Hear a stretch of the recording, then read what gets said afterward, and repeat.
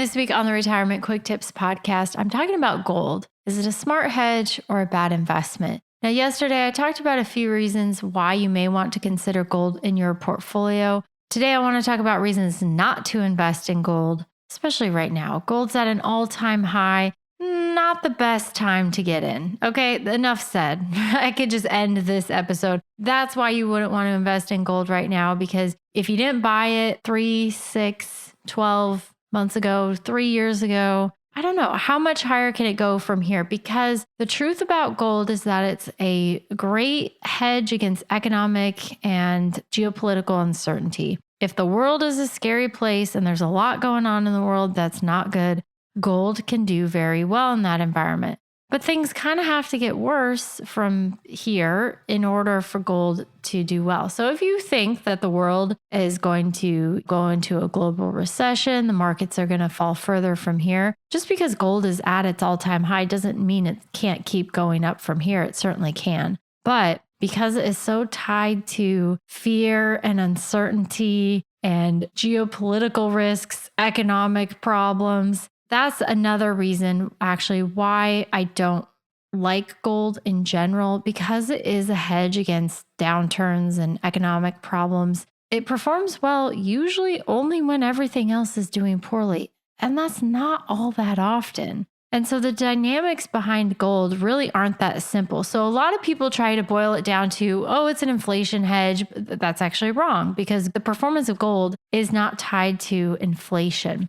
Oh, I want to own physical gold because the dollar is going to collapse. My dollar is worth nothing. That's not true either. So there are so many different dynamics that drive the price of gold. And like anything else in the world, it's just not that simple. You can't boil it down to one thing like, oh, if the world it gets to be a scarier place, gold can do well. It's not that simple. In fact, the price of gold can and has declined in scenarios where the value of the dollar has declined. You don't hear about that often. But because it's a commodity, its value is mostly derived from supply and demand, which can be unpredictable. And it's driven by a lot of different factors. So you have central banks around the world that buy and sell gold, and they're big investors and big movers, obviously, because they're buying and selling a lot of it. And so when they're doing that, that's impacting prices as well. And so it's hard because it's like there could be reasons why gold, it's a head scratcher. Like, why is it not performing well? Or why is gold doing so well? And it could be because of reasons that you're really not aware of and wouldn't be privy to anyways, because it's what central banks around the world are doing. So if you don't know to kind of look at that and see if is that what's driving gold prices, I don't know. There's a lot of different factors behind gold, and you can't really boil it down to an inflation hedge or a hedge against economic uncertainty. Although there is a pretty good correlation, again, when things are doing poorly. When we have economic problems, recession, gold tends to do well, but there's no guarantee that it will. So the reason I personally don't like gold, and I don't recommend it to clients, I don't own any gold, is that it can be very volatile. Prices can spike up and they can also spike down.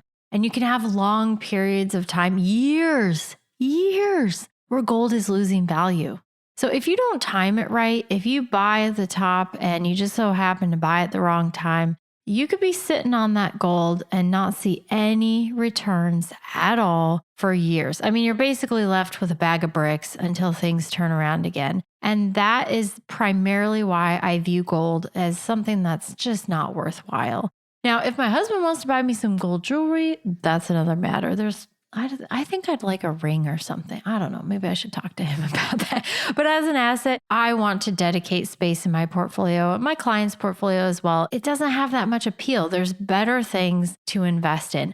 Also, as an investment, gold offers no yield, no income. So you're not paid anything while you own it. Unlike dividend stocks, those pay dividends income to you. Money markets, CDs, bonds, those all pay interest. You get to earn and collect that interest, and then hopefully you get your money back when that bond or that CD matures.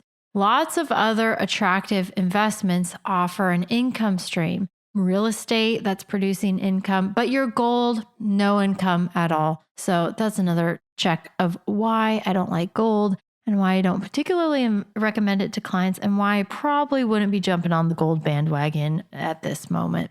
All right, that's it for today. Thank you so much for listening. My name is Ashley Michike, and this is the Retirement Quick Tips Podcast.